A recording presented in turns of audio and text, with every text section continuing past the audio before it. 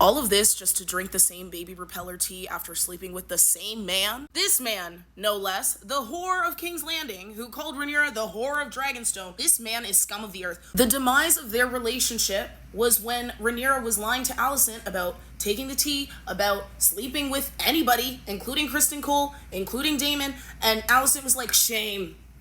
Where is honor? Where is duty? And at the bottom of the teacup, Alicent found hypocrisy, not honor. And she lied to the maester, and he knew. He clocked that tea. He literally clocked that tea. Literally clocked that tea immediately. Also, I think the reason that Alicent felt the need to ask the maester, who served Viserys for so long, what Viserys would have wanted, because he would have known, and if he thought that Aegon was the true king, I think he would have said so. I think that the maester... And I think Alicent knows that the maester would have said, yes, of course Viserys wanted Aegon, if that was the true case, because the maester, know these people like no other. They're the most educated, and, they're the ones around them the most. A lot of times the histories are written by the maesters. So if the maester doesn't even think that your son was supposed to be king, and it's definitely a tail end off the last episode of Alicent realizing that she was wrong about what Viserys wanted. So she's asking the maester, trying to get some validation, and he's not giving it to her. He's saying he's confused, which she knows is a no. And she knows that, and you can see that settle into her eyes. And then when her chat with Larys is happening, and she's saying his intentions of who should be king, Viserys's intentions died with him. That's her kind of starting to accept that she's a little bit more vile than she thought she was. And I think when she's talking to Aegon, that's her resentment showing of do you know what we've sacrificed to get you here? You stupid little bitch boy. That was her energy the whole time. She's like, you're stupid. You don't know anything. You should be coming to us. You banished the smartest guy from this castle, who was my dad. And now you have the nerve to be like, oh, they're making decisions without me. She literally just sunned him immediately.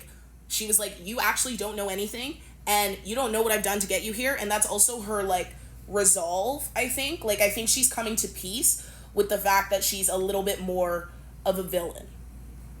And she is turning into Cersei, and she's starting to lie to people, and she's taking moon tea for doing something dishonorable with Criston Cole, and she tried to tell her dad, I have sinned, and her dad's like, I don't want to know, girl, I don't want to know.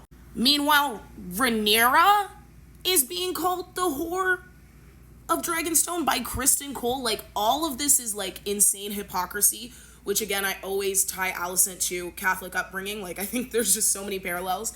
But I loved this episode for the drama, but mostly for the dragons that we finally get to see dance in the sky. This was sad though, biting the neck just through, and then Melee's looking up at Rhaenys for the last time, and they knew when they were going to that battle that they were gonna die. And I think Rhaenys is one of my favorite characters, always has been, the queen that never was. Also she has some Baratheon blood in her, which is why she's, I don't know, she has something about her that's always been a little bit different than the rest of the clan, and I think she would have made a great queen. But she isn't making that much of a fuss about, oh, I should have been queen, blah blah blah. She's just doing her duty now, and she's really trying to make a difference in the Dance of Dragons. I think she knew she wasn't going to make it out, but she was trying to do some damage to the Green's dragons, because I think she knew that without her and Meleese, she needed to take some of their stock out, and she was willing to sacrifice herself to do it, even though it was really heartbreaking. Really beautiful scene. Falling, dropping, and the acceptance in her eyes. She had a really honorable death, and I love this warrior honorable death that she gets to have, because she deserves it. And she's always been a fighter. She's always been super active, and I think she got a really honorable warrior's death and warrior's ending, which was very sad, but I think it honored her. R.I.P. to the queen who never was. I'm actually getting really sad about it. Actually, this is actually sad. Okay. Another question I have though, because you see her meet Alan, Corlys's son, and she obviously has the realization in her eyes because they walk side by side and they look the same. This show doesn't miss when it comes to casting, when it comes to family casting. They do not miss. They hit it straight through the bullseye every single time. They look the same. And so she obviously knows, and she's telling Corlys, like, I know. But my question is, when did he do that? The implication within the show is that it was when, because he would spin off for a while, right? And he would just like leave and go to sea, and she'd just be chilling. So am I to presume that it was during that time? Maybe? Or is there any way that it could have been before they got together? I don't think so. I don't think so, though, because they're kind of old now. So I feel like Alan is like, I don't know, 25, 30. And they've definitely been together longer than that. So it's sad, but it's so interesting. She didn't really seem to care that much. Like, she cared, but she was like, what am I going to do about it now?